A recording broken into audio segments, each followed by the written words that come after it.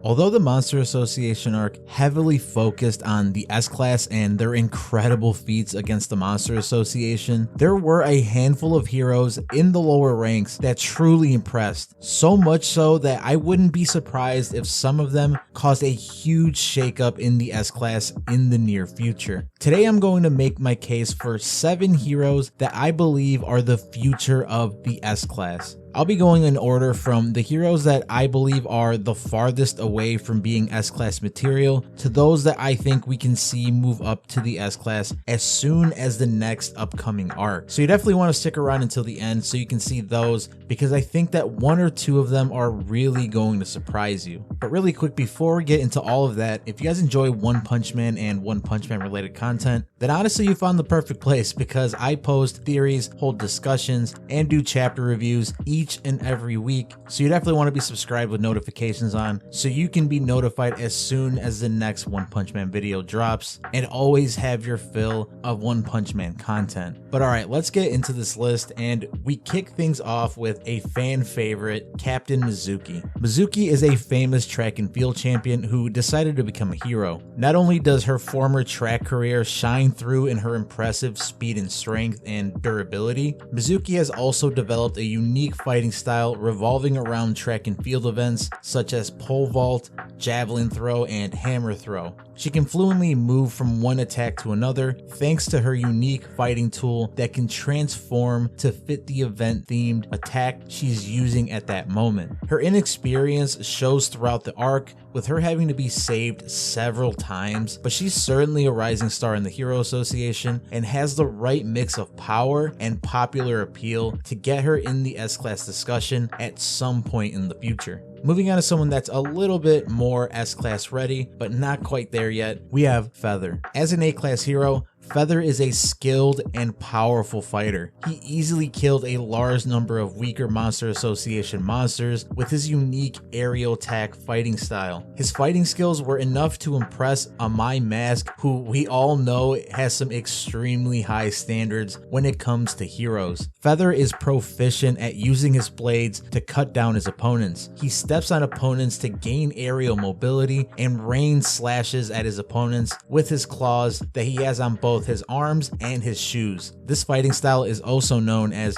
mid-air killing arts. We have to remember that the real obstacle to getting through to the S-Class is receiving that seal of approval from Amai Mask, and Feather seems to have that locked down at the moment. So that, along with his effective fighting style, makes him a reasonably solid bet to crack the S-Class someday. Moving on, we have Twintail. Twintail has a pigtail hairstyle with 4 dice holding together each tail, and fun fact, each die has 4 on all sides, which rhymes with death in Japanese. Twintail was a part of the raid support team at the beginning of the arc. Despite wearing a blindfold, Twintails has notably great awareness of her surroundings. This is probably one of her more impressive abilities, as she was able to sense how many monsters were surrounding them by simply listening to their breathing. Aside from this, she claims to carry 30 different weapons with her at all times, including pins, balls, and small knives, seemingly sticking to the whole jester or clown theme that she has going on. Twintail isn't strong enough to take care of a demon level threat like Rhino Wrestler, but neither do many of the other characters on this list, but she definitely showed enough fighting potential and unique appeal to eventually push for an S-Class spot someday. Next up, we have none other than Gearsper. Now, Gearsper is one of my favorite up-and-coming heroes, primarily because he seems to have some mystery around his incredible Esper potential. He's a smaller guy with a squeamish personality, but proved to have such incredible potential as an Esper that his attack against Neon was confused to be one of Tatsumaki's by Fubuki. I think that's some pretty major props on its own. He also showed his usefulness in a support role when he used his Esper powers to improve one-shotter's aim. He wears a special helmet that helps him control his Esper powers, and even then, his ability to control his great potential is spotty at best. His low confidence and unreliable powers make it pretty clear that he has a long way to go before he can be considered for the S-Class, but you can't deny the serious potential that this guy has, and with some added confidence and some polishing to his abilities,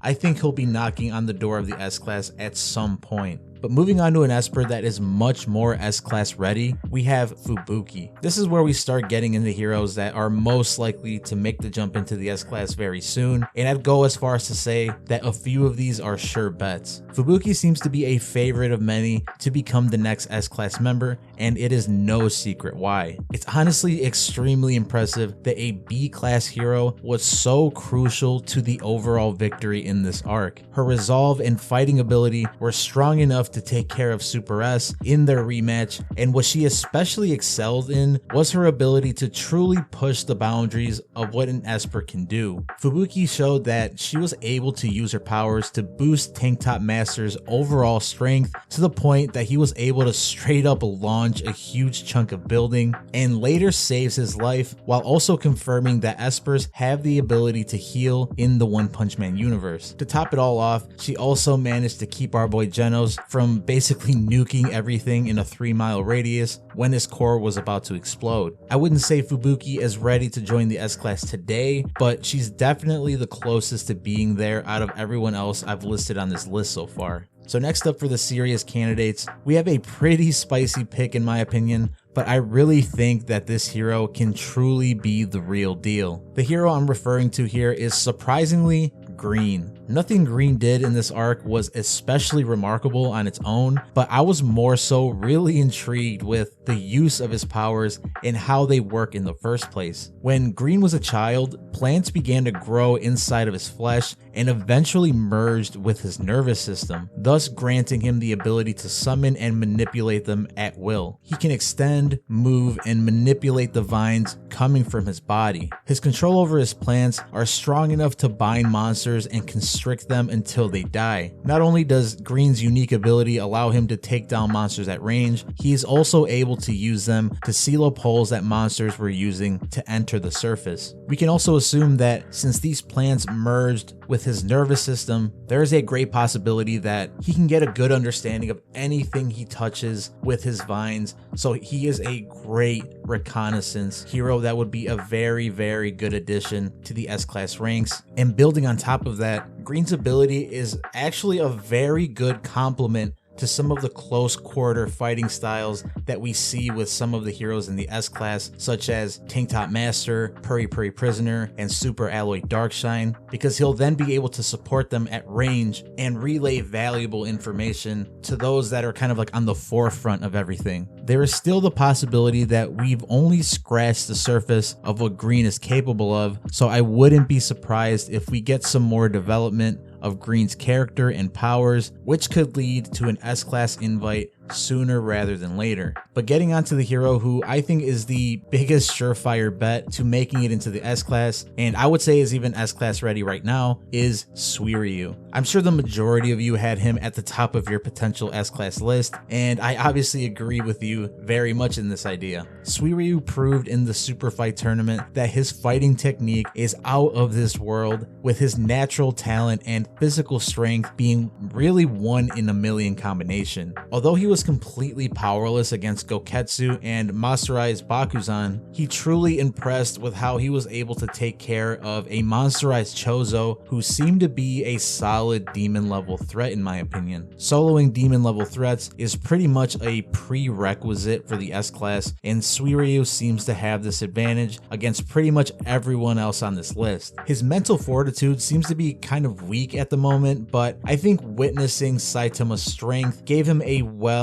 of newfound courage. If Suiryu is able to further refine his fighting ability and prove that he has the bravery to stand up to the real threats that the S-Class face on a regular basis, it's only a matter of time before we see him as the top physical fighter in the S-Class with Bang's retirement. That is, unless Garo decides to step up, but that's a conversation for another video. But as for this one, if you guys enjoyed it, please make sure to like, and please make sure to comment below if you guys agree with this list or if there are some that you guys think that I missed. Go crazy in the comments, guys. I'm going to read each and every one of them, so I can get a good idea of who you guys think deserves to be in the S class. And if you guys want to see where I think the current S class should be re-ranked according to what happens in the Monster Association arc, then click on the video that you see on your screen so you can get a rundown of what I think should be a very much needed rearranging of the S class rankings. But that does it for today, guys. Have a wonderful day, and I'll see you guys in the next video.